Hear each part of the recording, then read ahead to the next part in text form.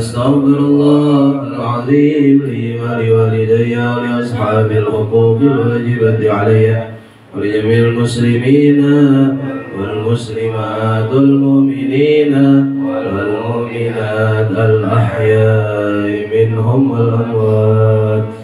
الفاتحة إلى روح سيدنا وحبيبنا وشفيعنا رسول الله محمد بن عبد الله صلى الله عليه وسلم وآله وأصحابه وأزواجه وذريته وآل بيته أجمعين. ثم إلى أرواح الأولياء والشهداء والصالحين والأئمة المجتهدين جميع القرى المفسرين المحدثين المصنفين المخلصين والعلماء العاملين والسادة الصوفية أجمعين. ثم إلى أرواح ساداتنا سيدنا الإمام مهاجر أحمد بن عيسى وصحب العظيم المقدم محمد بن علي بعلوي وصلهم وفرهم جميع ساداتنا علي بعلوي وأصولهم وفروعهم. إلى روح خصوصا صاحب المولد الإمام الحبيب علي بن محمد بن حسين الحبشي وأصولهم وفروعهم. إلى روح سيدنا الإمام الحبيب عبد الله بن عمر الشاذر أولاده خاصة حبيب حسن عبد الله الشاذري سلطان علي محمد سالم عبد الله الشاذري وأصولهم وفروعهم. إلى روح الحبيب عبد الله بن محمد بن علي بن شهاب الدين وأصولهم وفروعهم. إلى روح سيدنا الحبيب علي المشهور بن حبيب يدرس بن عبد الله بن سمير حسين مرحبا وأصولهم وفروعهم. وإلى روح الحبيب بكر عدن من المشهور وأصولهم وفروعهم. وإلى روح الحبيب شيخ سالم العضل الحبيب شيخ العلي مسلم الجفري حسن بن الجفري الحبيب حامد هدى العطاس الحبيب محمد أنيس وأخي محمد بن علي بن الحبشي وأصولهم وفروعهم. إلى روح عبد الرحمن بن أحمد سكا مصطفى بن عبد الله البحر وأصولهم وفروعهم. إلى روح علي مجن أحرام قدم علي بن جي شفيع بن أندر بن منندر وعلي مسلم بن عيد وعلي بن جي نسوكي بن هدي ياسر وأصولهم وفروعهم حجي حميد الدبراني حجي مسلم بن موسى حجي عيد بن كيان حجي مرحوم بن حجي سعيد وأصولهم وفروعهم. وإلى روح ولد هوال وزيد الولد ويجي حجي بن أحمد بن عبد الله صفي ولد هجرة واسيا من ذوق سبيب وأصولهم وفروعهم. ووالدينا ووالديكم وأمواتنا وأمواتكم وأموات المسلمين والمسلمات والمؤمنين والمؤمنات ومن عمر هذا المجلس سابقا ولاحقا أن الله يتغشاهم بالرحمة والمغفرة ويسكنهم الجنة ويختم لنا ولكم بالحسنى بعد طول العمر في طاعة الله ورضاه في خير لطف وعافية والسلامة على هذه النية ولكل نية صالحة. وإلى حضرة النبي محمد صلى الله عليه وسلم الفاتحة. الشيطان الرجيم. بسم الله الرحمن الرحيم. الحمد لله رب العالمين الرحمن الرحيم مالك يوم الدين.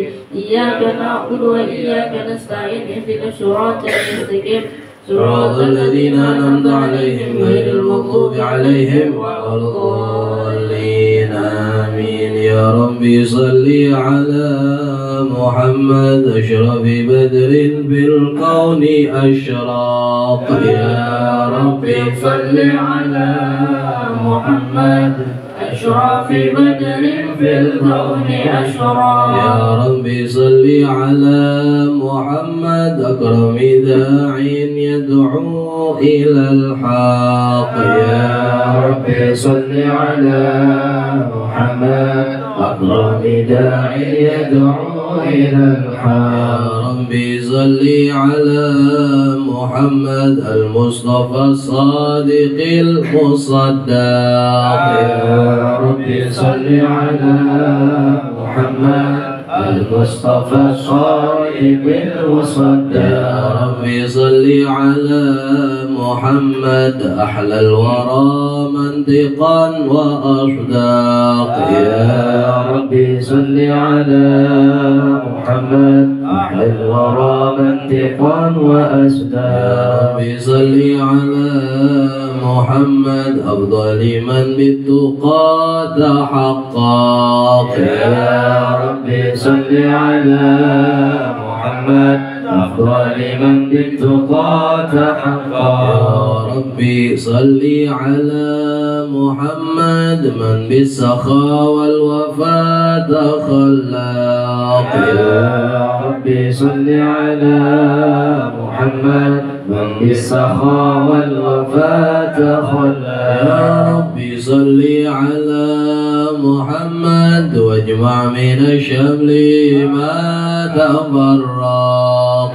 يا ربي صل على محمد واجمع من الشمل ما تفرق يا ربي صل على محمد واصلح وسهل ما قد تعوق يا ربي صل على محمد واصلح وسهل ما قد تعوق يا ربي صل على محمد وافتح من الخير كل مغلق يا ربي صل على محمد وافتح من الخير كل يا مغلق ربي صل على محمد وآله ومن بالنبي تعلق يا ربي صل على محمد وآله ومن للنبي تعلق ربي صل على محمد وآله ومن للحبيب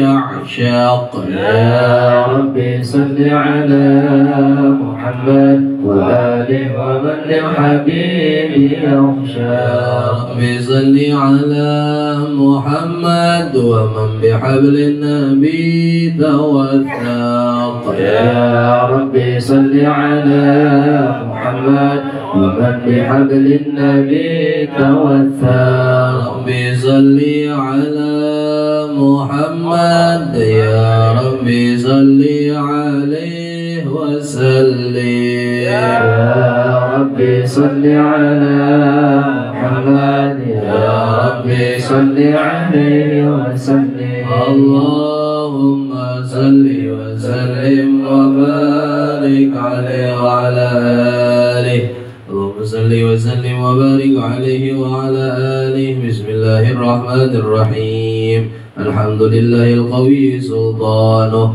الواضح برهان المبسوط في الوجود كرمه وإحسانه تعالى مجده وعظم شانه خلق الخلق لحكمة وضع عليها علمه وبسط لهم من فائض المنة ما جرت به في أقداره القسمة فأرسل إليهم أشرف خلقه وأجل عبيده رحمة تعلقت إرادته الأزلية بخلق هذا العبد المحبوب فانتشرت آثار شرفه في عوالم الشهادة والغيوب فما جل هذا المن الذي تكرم به المنان وما أعظم هذا الفضل الذي برز من حضرة الإحسان سورة كاملة ظهرت في هيكل محمود فتعطرت بوجودها أكناف الوجود وطرزت برد العوالم بطراز التكريم. اللهم صل وسلم أشرف الصلاة والتسليم على سيدنا ونبينا محمد الرؤوف الرحيم. اللهم صل وسلم وبارك عليه اللهم صل وسلم وبارك عليه وعلى آله. تجلى الحق في عالم قدسه الواسع تجليا قضى بانتشار فضله في القريب والشاسع. فله الحمد الذي لا تنحصر أفراده بتعداد ولا يمل تكراره بكثرة ترداد حيث أبرز من عالم الإمكان صورة هذا الإنسان ليتشرف بوجوده الثقلان وتنتشر أسراره في الأكوان.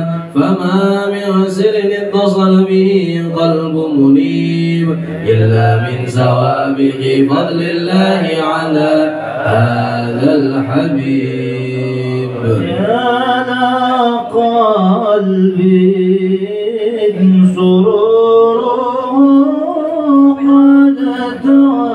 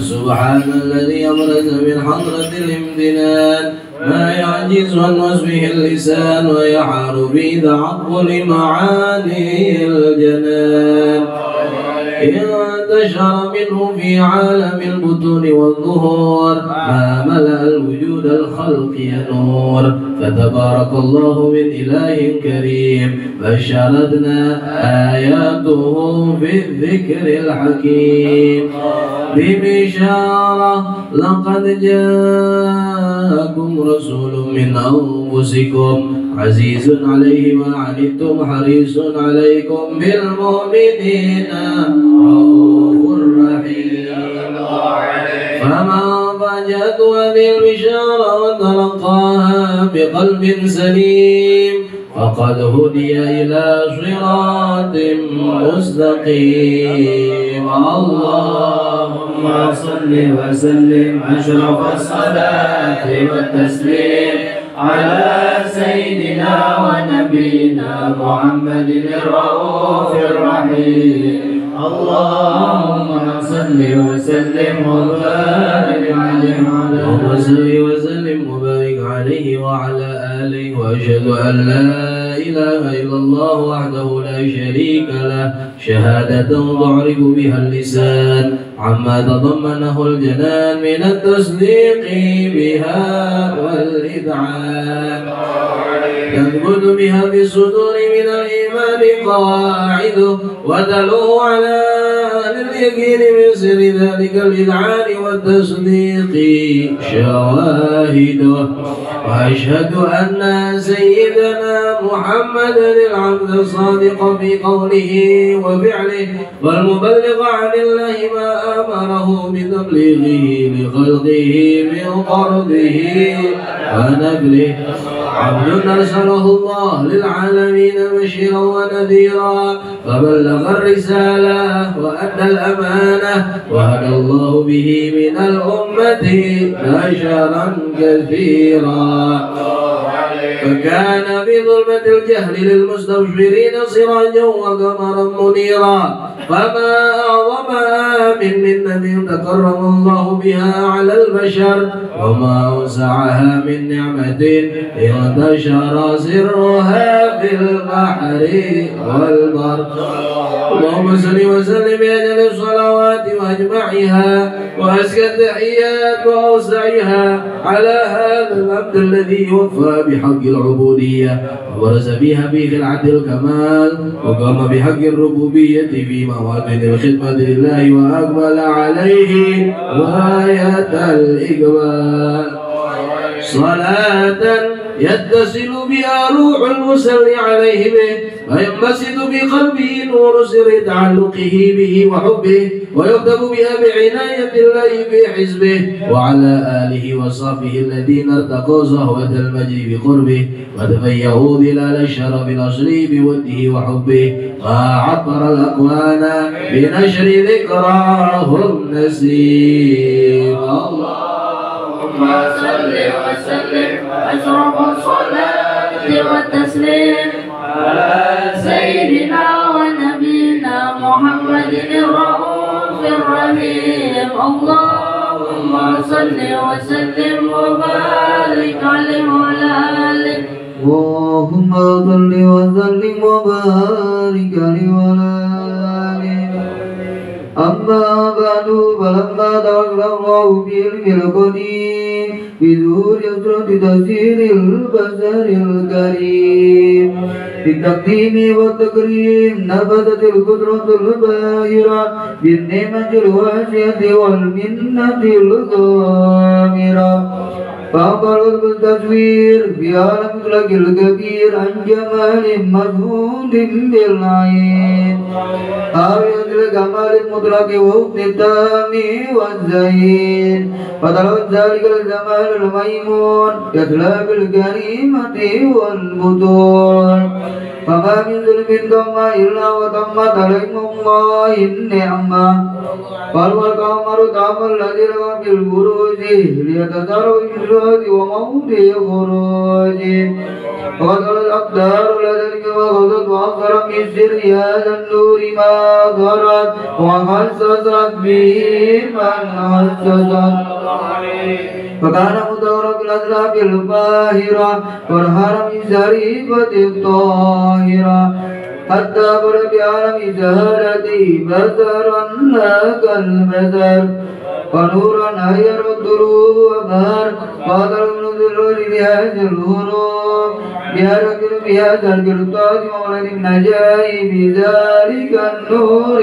معروف وإن كانت الرسل يوصى بذلك الموصوف تطبيقا للسامعين من هوس المؤمنين وترويها للمتعلقين بهذا النور المبين وإلا فنضرب الأقلام عن دون غير الأنام ولكن هذان الأدب المحافظ أسرى بالمخلوقين وما أكرم الله به من أولنا الذي فضل الذي عم العالمين وبقي الرجل في الكون منصورة على مر الأيام والدهور والسنين لا يتعلق بهذه الحضرة الكريمة ولا يتتني ما يوصى بها العظيمة ولا الله ينفع به المتكلم والسامع آمين ويدخلان في زكاة هذا النبي سابي آمين ويتروان بروي ذلك النعيم اللهم صل وسلم أشرف الصلاة وتسليم على سيدنا ونبينا محمد الرؤوف الرحيم اللهم صل وسلم وبارك عليه وعلى 74 هو النور يهدي الحائرين ضياء وفي الحشر ظل المرسلين لواء ونقى من الغيب مجرد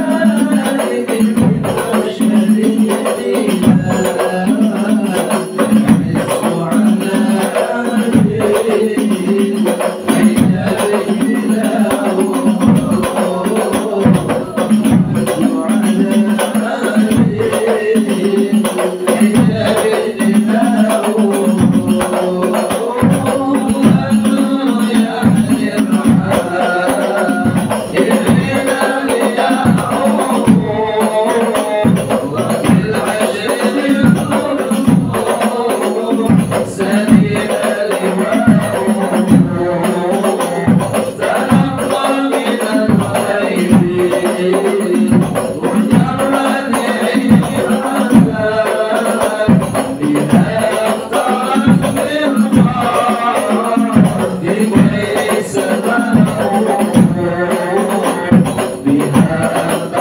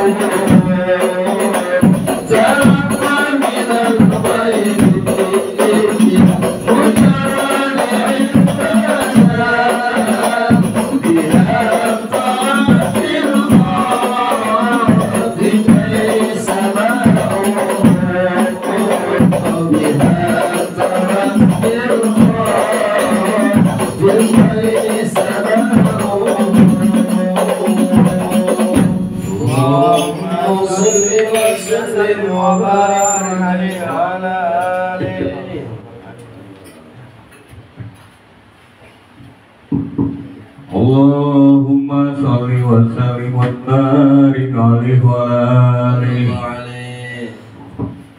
وقد آن للقلب يخط ما حركته فيه الأنامل مما استفاده الفهم من صفات هذا العبد المحبوب الكامل وشمائله التي هي أحسن شمائل.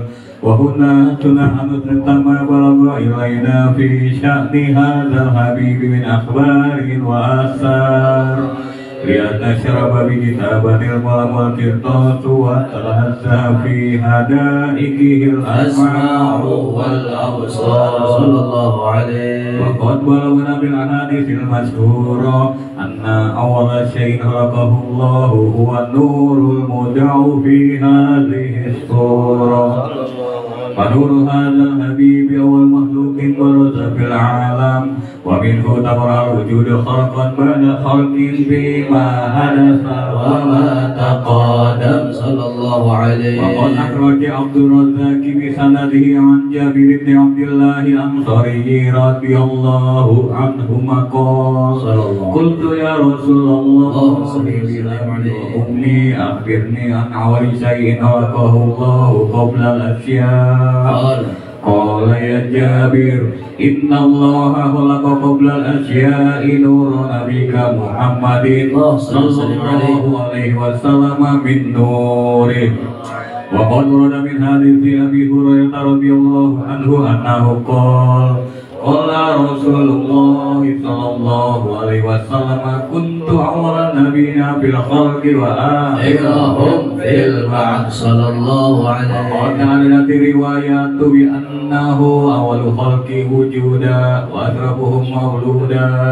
ولما كانت السعادة الأبدية لها ملاحظة خفية اختصت من شاء من البرية بكمال الخصوصية صلى الله عليه. فتولد هذا النور المبين أسلب وبطونا سربت من العالمين.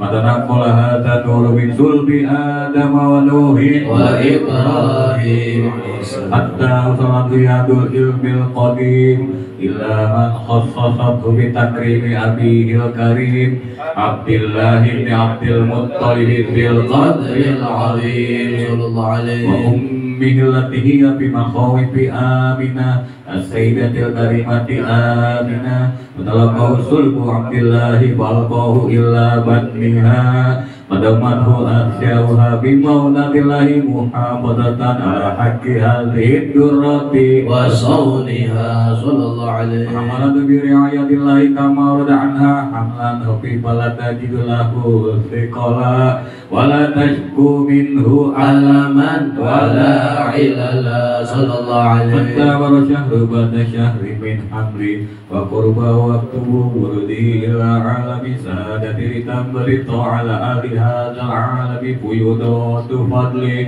وتنتظر فيه آثار مجده السميع. اللهم صل وسلم أشرف الصلاة وتسليم على سيدنا ونبينا محمد الرؤوف الرحيم. اللهم صل وسلم وبارك عليه وعلى آله. اللهم صل وسلم وبارك عليه وعلى آله. ومنذ على قلبه هذه الدرة المقنونة والجوهرة المسونة والكون كله يصبح ويمسي في سرور ومجدها صلى الله عليه. قرب ظهور إشراق هذا السراج والعيون متصوفة إلى بروزه متصوفة إلى اتقاط وجواهر كنوزه صلى الله عليه. وكل تامة لقريش نطقت بفصيح عبارة معلنة بكمال البشارة وما من هامل همت في ذلك العام إلا أتت في حملها بغلام من بركة وسعادة هذا الإمام صلى الله عليه. ولم تجل الأرض والسماوات تتضمنها بإثر البريه بملاقاة أشرف البرية وبروزه من عالم خفاء إلى عالم ظهور بعد كله في البطن والظهور صلى الله عليه وسلم الله بالوجود بهجة التقريم وبساط في العالم الكبير معينة التصريف والتعظيم ببروز هذا البشر الكريم اللهم صل وسلم أشرف الصلاة والتسليم على سيدنا ونبينا محمد الرؤوف الرحيم اللهم وسلم وبارك عليه وعلى آله اللهم صل وسلم وبارك عليه وعلى آله فإن قرب عن وجه هذا الحبيب على السماوات والأرض ومن فينا بترحيب أفضل الوجود أهل الوجود تنزيل وعسل الملائكة بتفسير العالمين تعيد سبحان الله الحمد لله ولا إله إلا الله الله أكبر سبحان الله الحمد لله ولا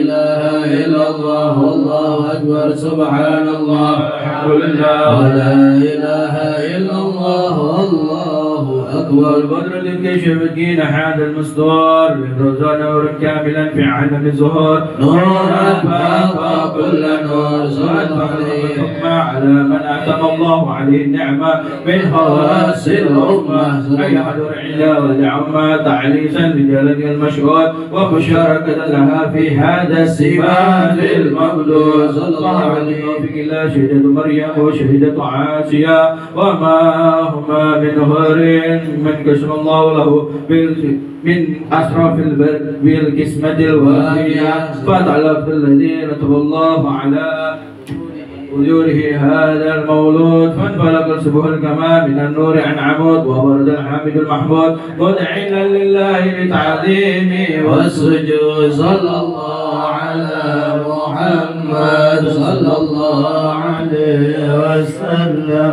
صلى الله على محمد صلى الله عليه وسلم يا نبي سلام عليك يا رسول سلام عليك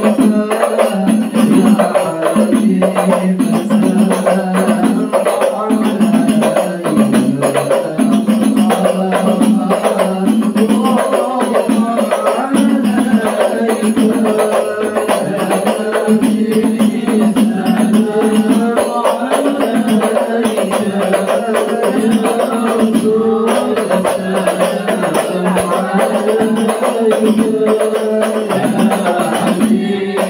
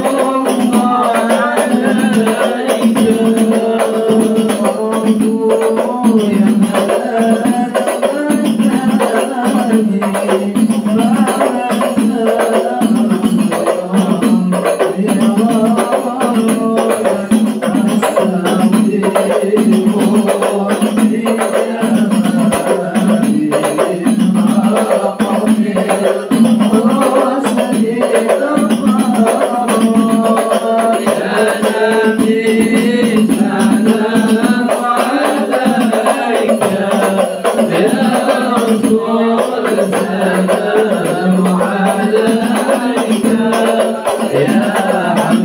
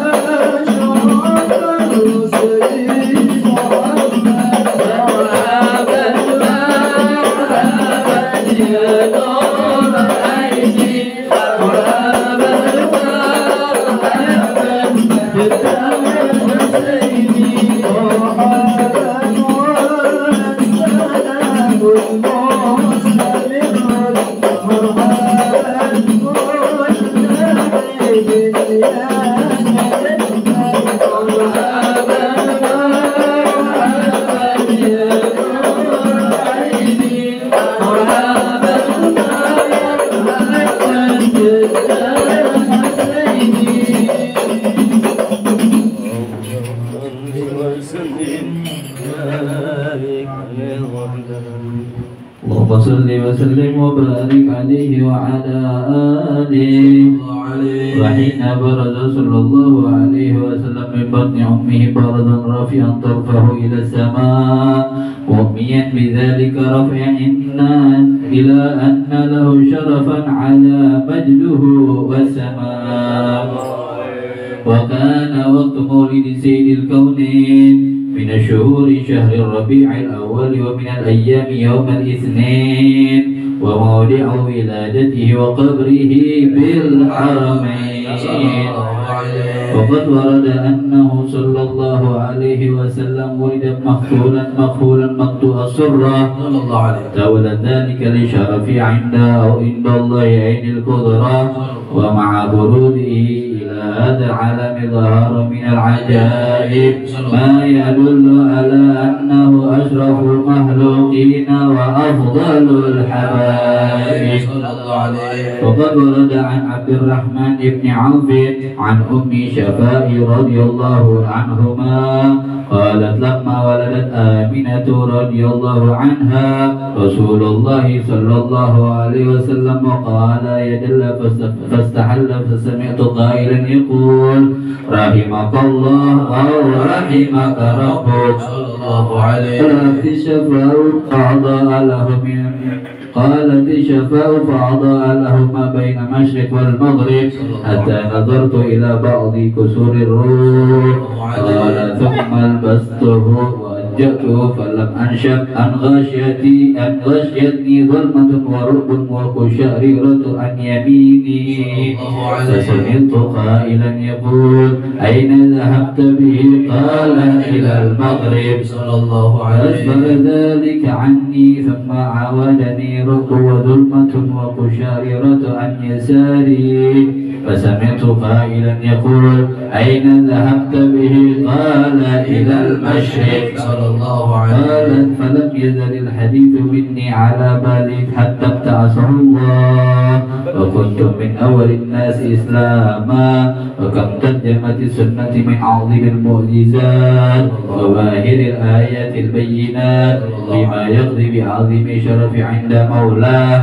وأن عين عنايته في كل حين ترعى وأنه الهادي إلى صراط المستقيم.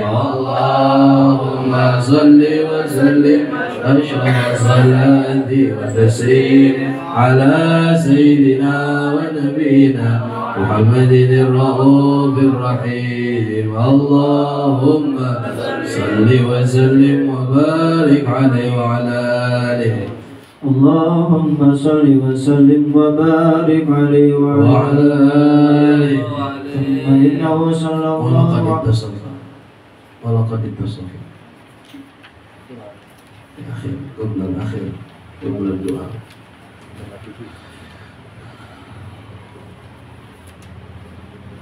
ولقد اتصف صلى الله عليه وسلم.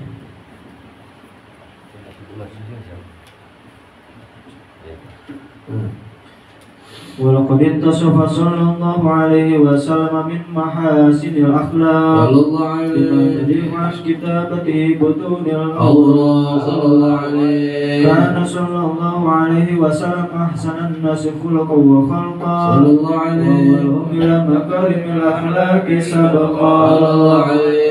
ووسعهم بالمؤمنين حلما ورفقا صلى الله عليه. برا رؤوفا لا يقول ولا يفعل إلا معروفا صلى الله عليه. له الخلق السحل واللفظ المحتوي على المعنى الجسر إذا دعاه المسكين وأجابه إجابة معجلة وهو الأب الشفيق الرحيم باليتيم والأرملة.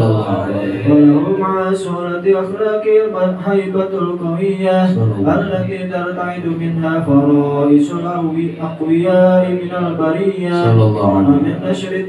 ومن نشرته به تعطرت الطرق والمنازل وبعرف ذكره تطيبت المجالس والمحافل صلى الله عليه. وقل صلى الله عليه وسلم جميع الصفات الكمالية والمنفرد في خلقه وخلقه بأشرف خصوصية فما من خلق في البرية المحمود إلا وهو مترقا عن زين الوجود صلى الله عليه. أجمعت في وصف الحبيب وشأنه وله العلا في مجده ومكانه ووصف عز فتعالى مجدها أخذت على نجلسها بعنانه وقد انبسط القلب في تدوين ما أفاده العلم من وقائع مولد النبي الكريم وحكاية ما أكرم الله به هذا العبد المقرب من التكريم وتعديل الخلق العظيم صلى الله عليه. فحسن مني أن أمسك عدة الأقلام في هذا المقام وأقرأ السلام على سيد الأنام السلام عليك أيها النبي ورحمة الله وبركاته. السلام عليك أيها النبي ورحمة الله وبركاته. السلام عليك أيها النبي ورحمة الله وبركاته. وبذلك يحسن الختم كما يحسن التقديم، فعليه أفضل الصلاة والتسليم. اللهم صل وسلم أشرف الصلاة والتسليم على سيدنا ونبينا محمد الرؤوف الرحيم. اللهم صل وسلم وبارك عليه وعلى آله. 197. يا أرحم الراحمين يا أرحم الراحمين يا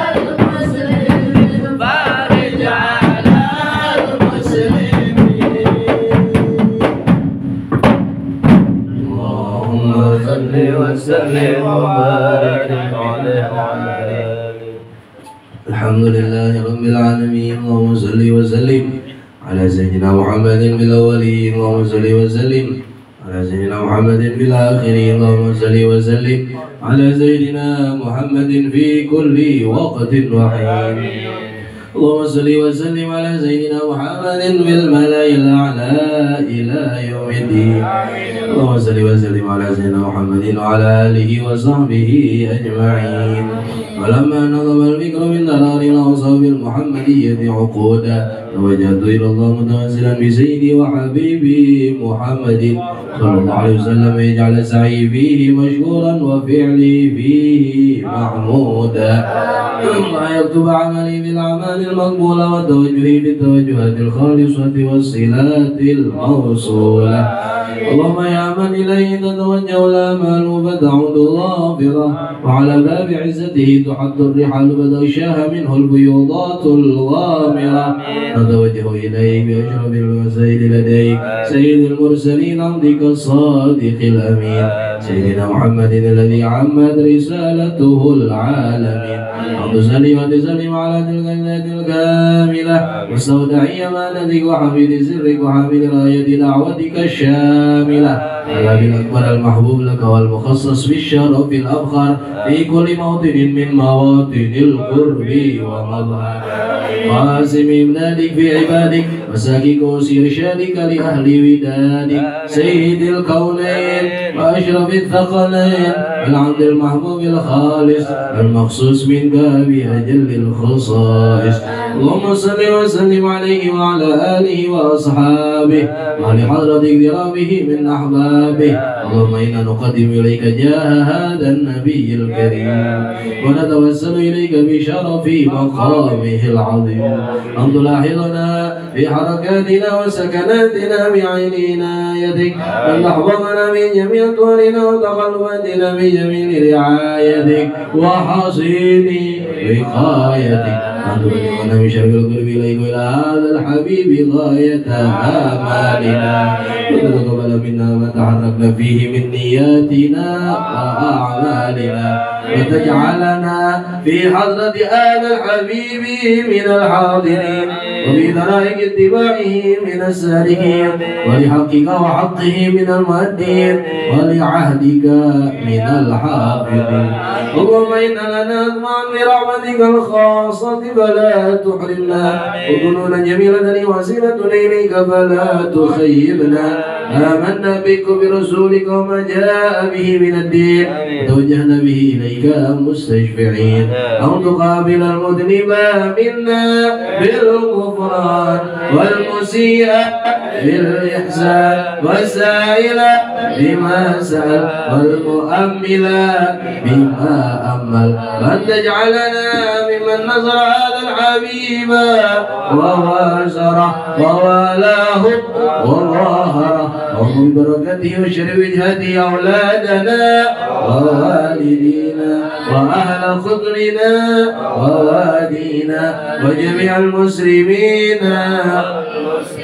والمؤمنين في جميع الجهات وأهل راية الدين القوي في جميع الأوضاع منشورة، ومعالم الإسلام والإيمان بأهلها معمورة معنى وصورة، واشف اللهم كربة المكروبين المطلوبين واقضي دين المدينين واغفر للمذنبين وتقبل توبة التائبين وانشر رحمتك على عبادك المؤمنين أجمعين وفي شر المعتدين والظالمين وابسط العدل بولاة الحق في جميع النواحي والأبطال وأيدهم بتأييد من عندك ورشدنا على المعاندين من المنافقين والكفار واجعلنا يا رب في الحسن الحسين من جميع البلايا واليأس المكين من الذنوب والخطايا وأدمنا بالعمل بطاعتك وصدق في خدمتك قائمين وإذا توفيتنا فتوفنا مسلمين مؤمنين واختم لنا منك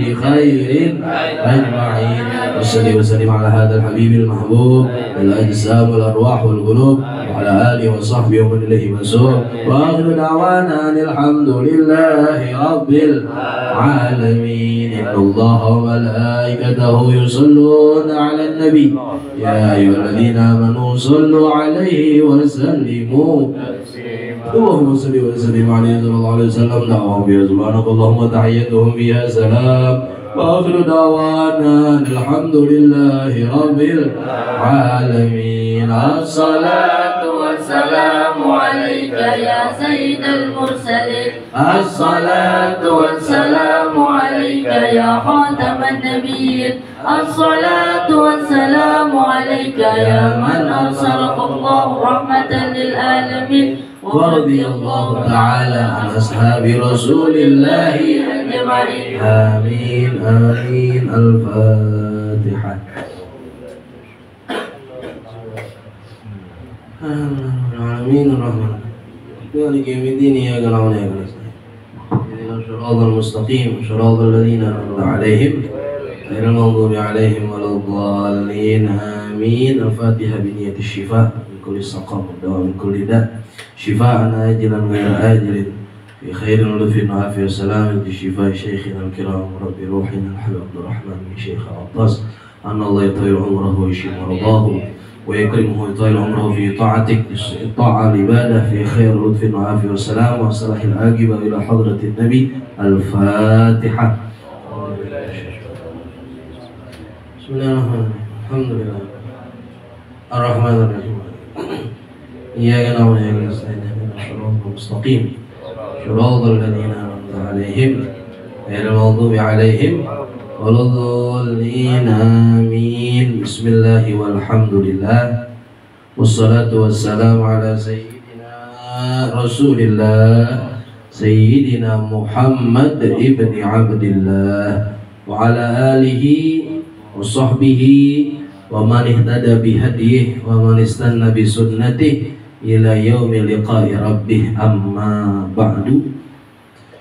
Ma'asyiral hadirin, ikhwani jamaah majelis rutin malam Rabu di Majelis Taklim Al-Barakah wal Khair rahimakumullah, yang mudah-mudahan kita semua senantiasa dimuliakan oleh Allah Subhanahu wa taala, diberikan panjang umur, sehat wal afiat, diberkahi hidupnya dunia wal akhirah. Amin ya rabbal alamin. Alhamdulillah telah kita selesaikan daripada qiraatul maulid, pembacaan rawi Simtud Durar lil Imam Al-Arif Billah Al-Habib Ali bin Muhammad Al-Habsyi. Mudah-mudahan yang kita baca menjadi sebab Allah melembutkan hati kita, Allah memberikan kita semangat dalam ibadah, dalam berselawat kepada Nabi Muhammad sallallahu alaihi wasallam. Amin ya rabbal alamin. Hadirin ikhwani rahimahumullah, malam ini bertepatan malam Rabu terakhir di tahun 1446 Hijriah. Itu malam ini bertepatan tanggal 29 Dzulhijjah. 29 Dzulhijjah 1446 Hijriah. Insya Allah besok lusa hari Kamis itu hari terakhir, tanggal 30 Dzulhijjah. Maghribnya yaitu malam Jumat bertepatan tanggal 24 Juni. Ya, kita sudah berganti tahun kita akan menyambut tanggal 1 Muharram 1447 Hijriah. Maka kita berganti tahun. Mudah-mudahan kita semua diberikan panjang umur, sehat afiat, husnul khitam di akhir tahun yang mulia ini. Amin ya mujibas sa'irin. Hadirin jamaah sekalian, maka dari itu kita perlu ingat momen bersejarah pada setiap pergantian awal tahun, ya. Pergantian awal tahun, jadi pergantian tahun baru Islam, ya. Jadi sebagaimana orang-orang kufar, orang-orang Nasrani, orang-orang Yahudi, dan orang-orang yang awam, mereka menyambut tahun baru Masehi pada tanggal 1 Januari, maka kita umat Islam pun mesti ingat kita punya tahun sendiri, yaitu kita menyambut tahun baru Hijriah setiap tanggal 1 Muharram. Ya, oleh karenanya ada peristiwa bersejarah di setiap pergantian tahun Hijriah, yang tidak lain adalah mengenai hijrahnya Nabi besar Muhammad Sallallahu Alaihi Wasallam. Ya, itu menjadi sebab kenapa kita umat Islam berbeda tahunnya dengan orang-orang di luar Islam. Semenjak dulu mereka pakai tanggalan Masehi.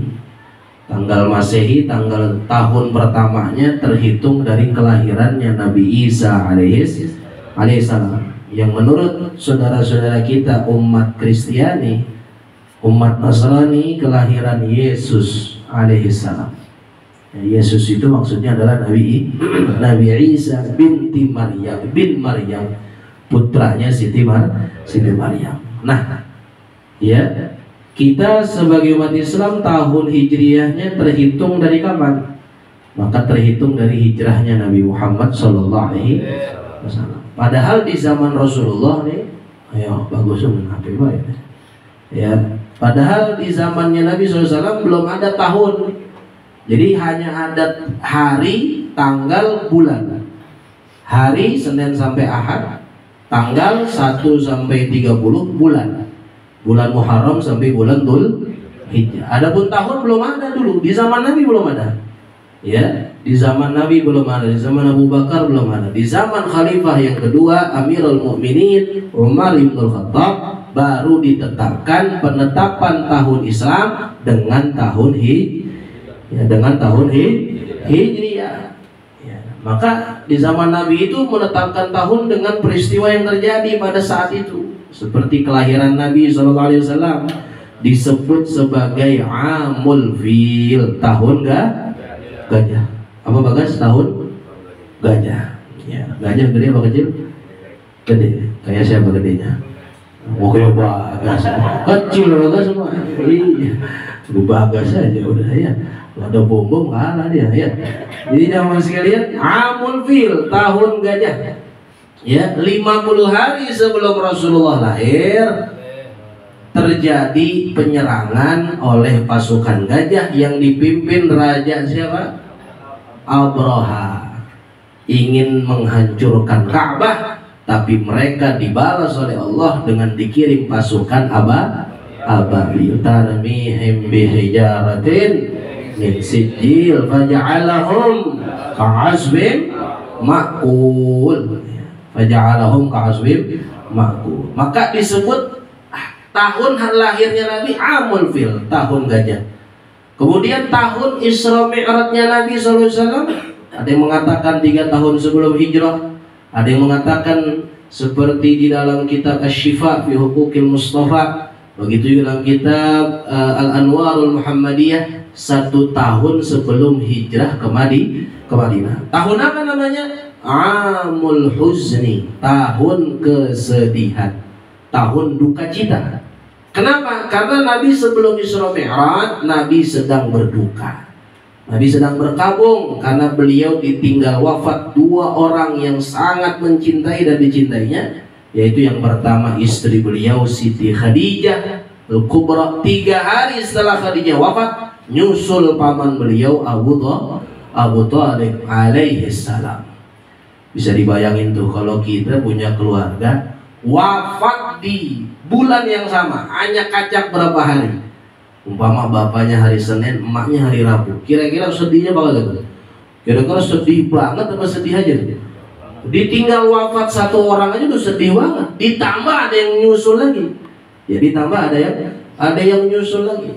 Kayak beberapa berita viral itu, seorang pasangan suami istri, ketika istrinya meninggal, ya kemudian suaminya ngurus jenazah istrinya dari pagi sampai siang, disolatin, dimakamin, sorenya pada asar suaminya meninggal dunia, nyusul istrinya. Itu baru cinta sehidup semati. Makanya anak hatu kalau gombal-gombalan sama cewek, tenang nih, aku cinta kepadamu sehidup semati, kata ceweknya, pret begitu katanya ya.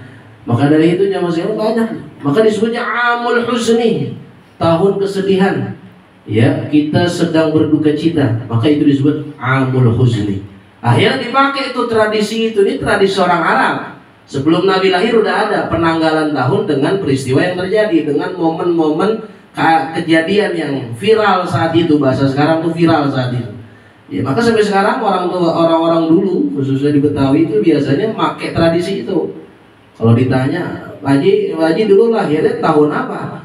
Pokoknya saya kagak tahu tahun berapa Ustaz. Pokoknya pohon rambutan gitu ditanam saya lahir gitu. Artinya berarti dia tahun rambutan. Ya tahun rambutan. Abang lahir tahun berapa? Ya saya nggak tahu dah. Pokoknya PKI pecah di Madiun saya lahir. Berarti tahun PKI.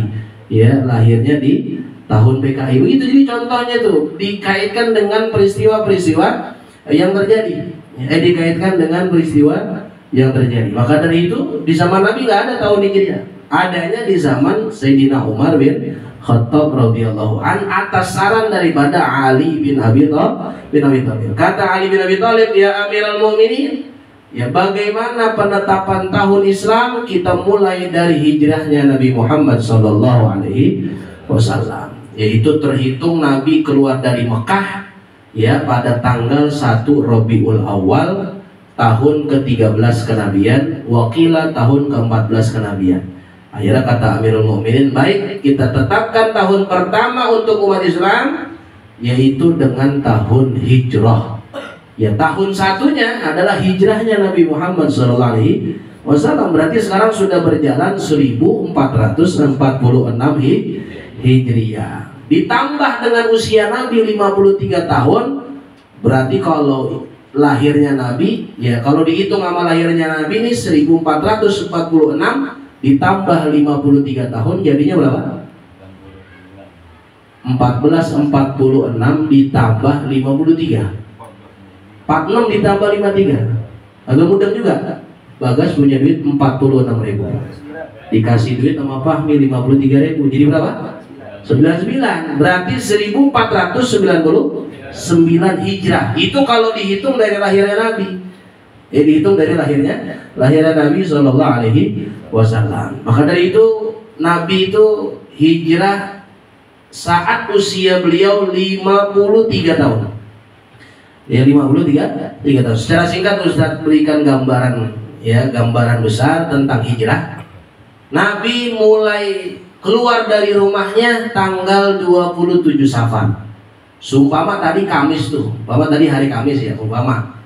Itu Kamis tanggal 26 Safar, Abu Jahal, Abu Sufyan, Abu Janda dan Abu lainnya, ya, itu kumpul di Darun Nadwah bermusyawarah. Mereka rapat di rumah parlemen di dekat Masjidil Haram untuk membunuh Rasulullah Sallallahu Alaihi Wasallam. Jadi jahat betul tuh ya Abu Jahal tuh ya.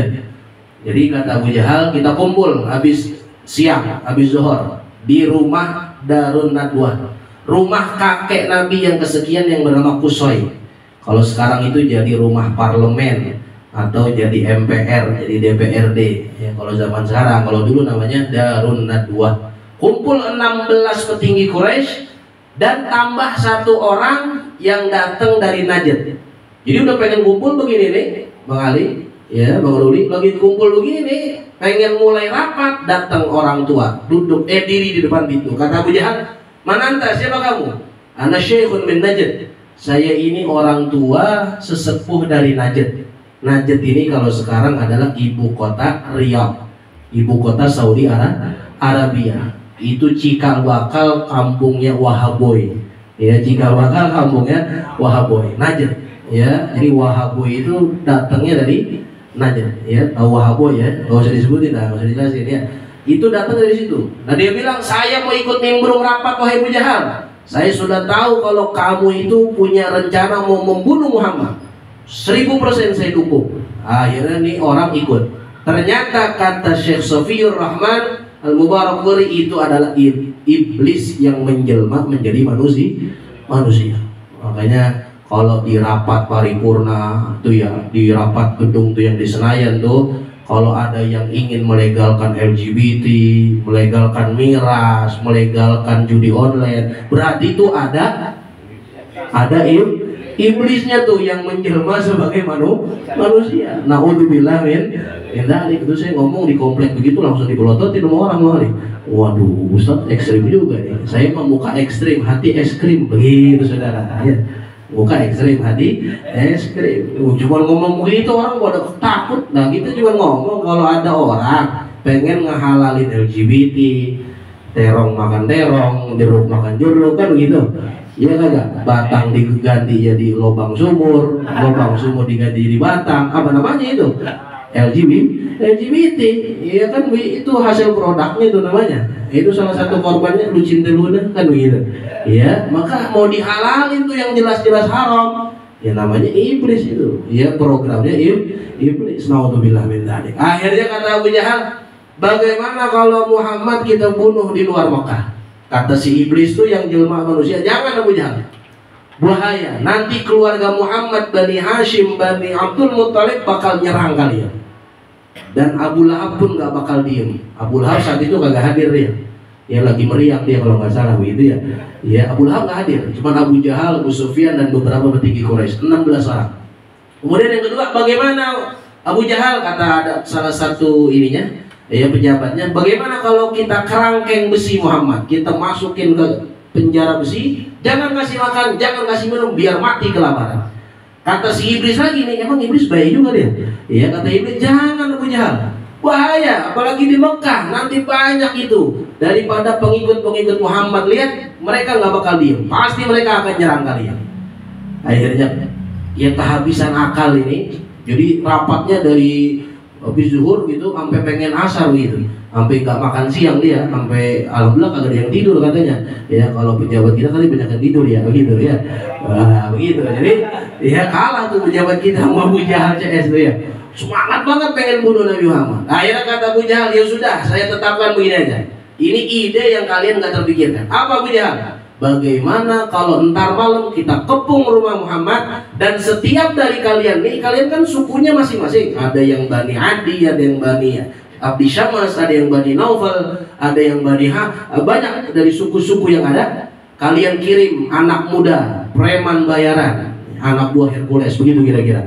Kirim tuh anak buah kalian yang masih muda-muda, suruh bawa pedang masing-masing, suruh bawa senjata. Antar kita serbu, kita bunuh Muhammad rame-rame. Bayangin coba, Rasulullah pengen dibunuh rame-rame. Kenapa dibunuh rame-rame? Supaya nanti keluarga Muhammad nggak bisa nyerang kalian. Karena kalian ini 16 suku Muhammad Bani Hashim doang. Ya akhirnya ntar ada yang bagian palanya penggal, ada yang bagian tangannya putusin.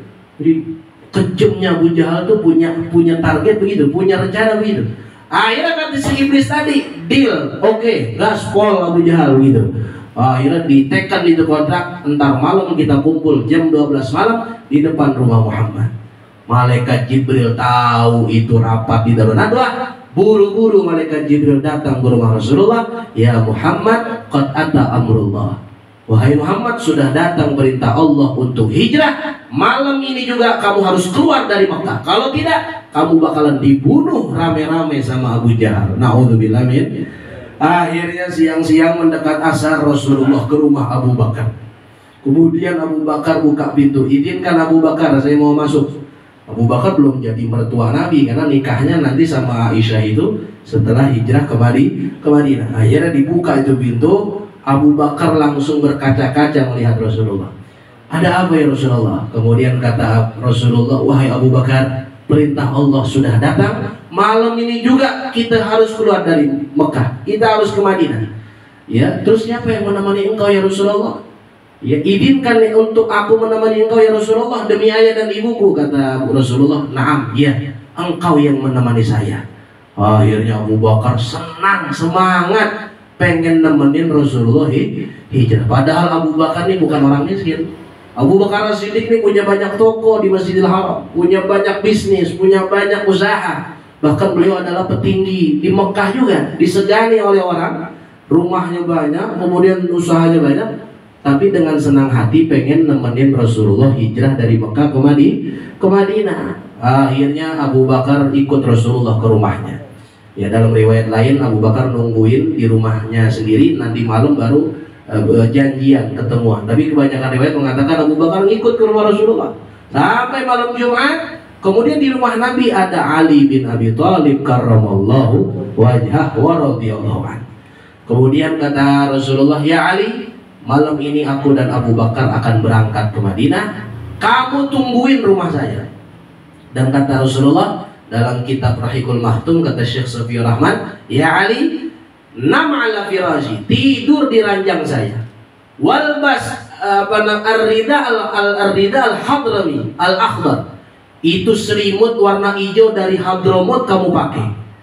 Jadi di zaman itu Nabi udah nyebut kata-kata Hadramut. Itu selimut kesayangan Rasulullah SAW, warnanya warna hijau, ya, bahannya dari negeri Hadramut atau ya tempat para habaib dilahirkan. Jadi Rasulullah ya demen punya selimut atau punya pakaian berwarna hijau. Hijau. Akhirnya kata Ali, "Na'am ya Rasulullah, baik. Saya akan tidur di ranjangmu menggantikan posisimu." Ini baru mentalnya anak muda nih. Nah, anak muda nih semua nih yang masih sekolah khususnya, jangan takut. Kalau kita kagak salah nggak usah takut. Tapi kalau kita salah baru kita insaf, kita sadar.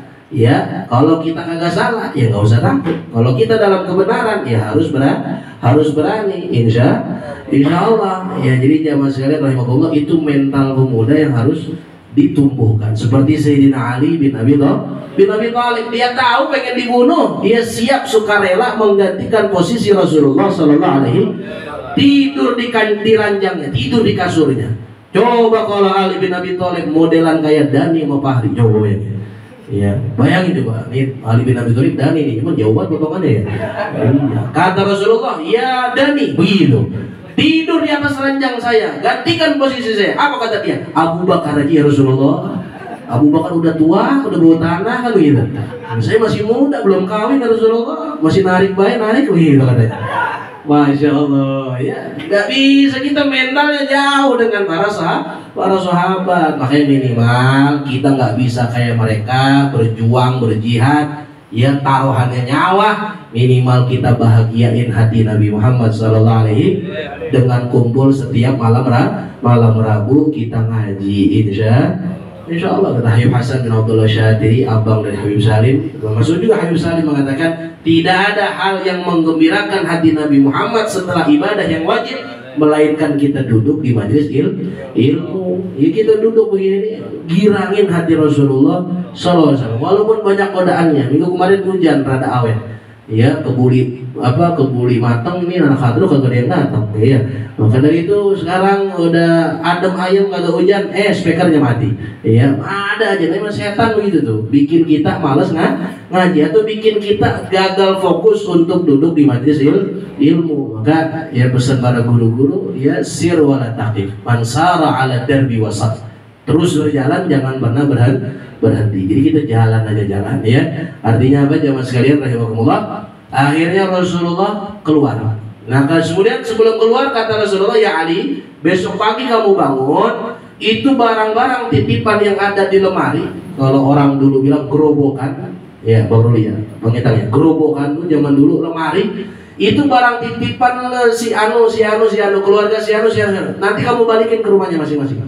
Jadi hebatnya Nabi Muhammad, biar kata pengen dibunuh sama Quraisy, petinggi Quraisy nitipin barang-barang mereka kepada Rasulullah. Maka Rasulullah punya julukan Muhammad Al-Amin, Nabi Muhammad yang sangat terpercaya. Jadi mereka tuh benci Nabi bukan karena akhlaknya yang jelek, bukan karena Nabi khianat, bukan karena Nabi penipu, bukan karena Nabi tukang sihir. Mereka benci kepada Nabi karena mereka hasud, iri dengki. Karena mereka bakalan tergusur dari kampung mereka sendiri. Tuhan mereka bakalan ditinggalin oleh masyarakat Mekah. Itulah sebab kenapa Rasulullah ingin dibunuh oleh Quraisy. Akhirnya Rasulullah keluar dari rumah. Sebelum keluar dari rumah, malaikat Jibril membawa wahyu, membawa firman yang diperintahkan Allah untuk dibaca supaya orang kafir semua mereka tidak melihat keluarnya Nabi. Akhirnya Nabi baca itu ayat, wa ja'alna min baini aydihim saddan wa min khalfihim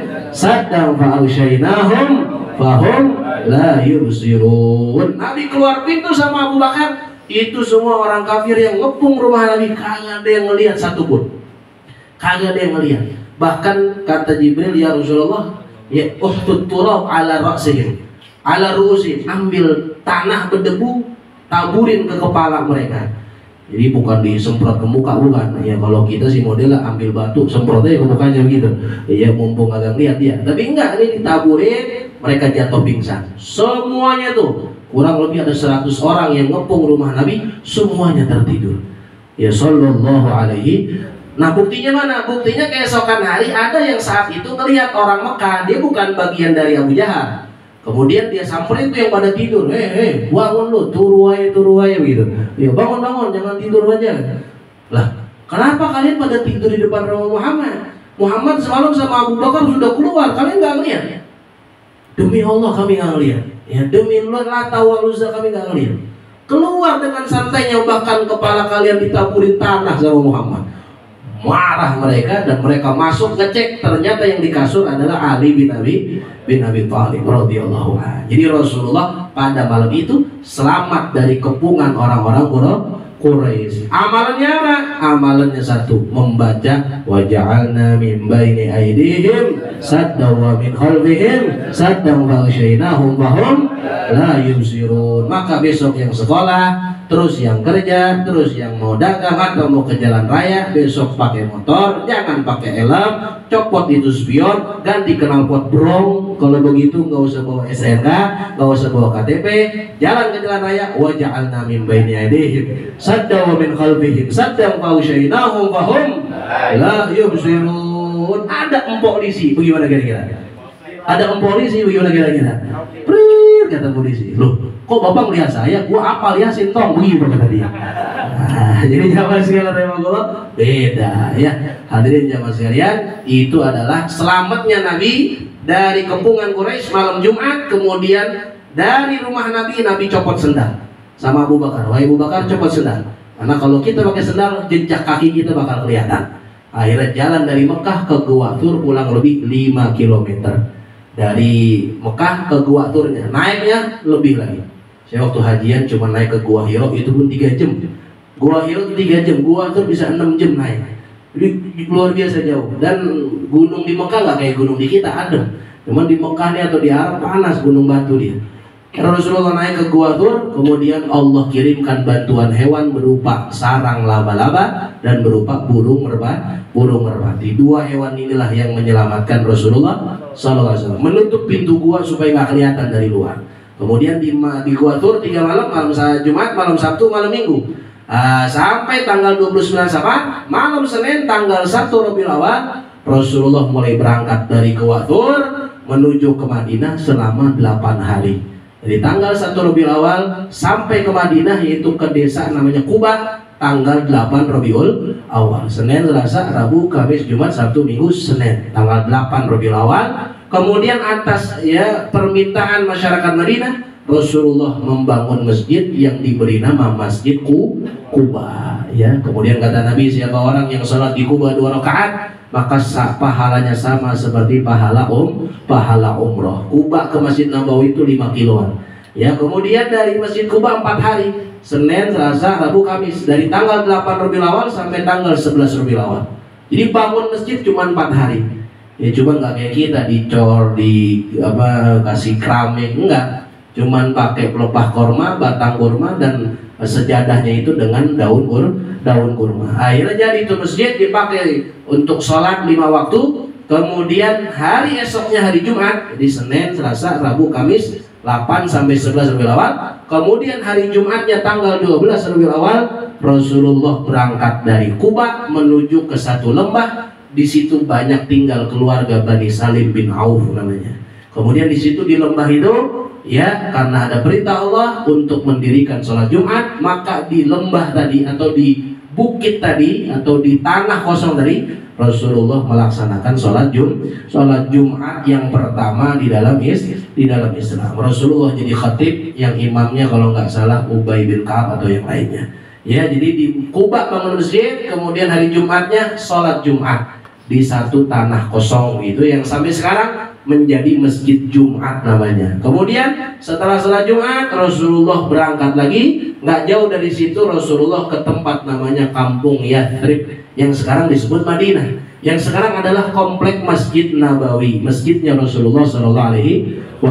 Kemudian sampai ke Yathrib disambut oleh ribuan orang-orang Madinah sambil irtijalan, sambil spontanitas mereka mengucapkan atau mengumandangkan syair Tala'al badru alaina min thaniyatil wada' wajaba syukru alaina mada'a lillah hida.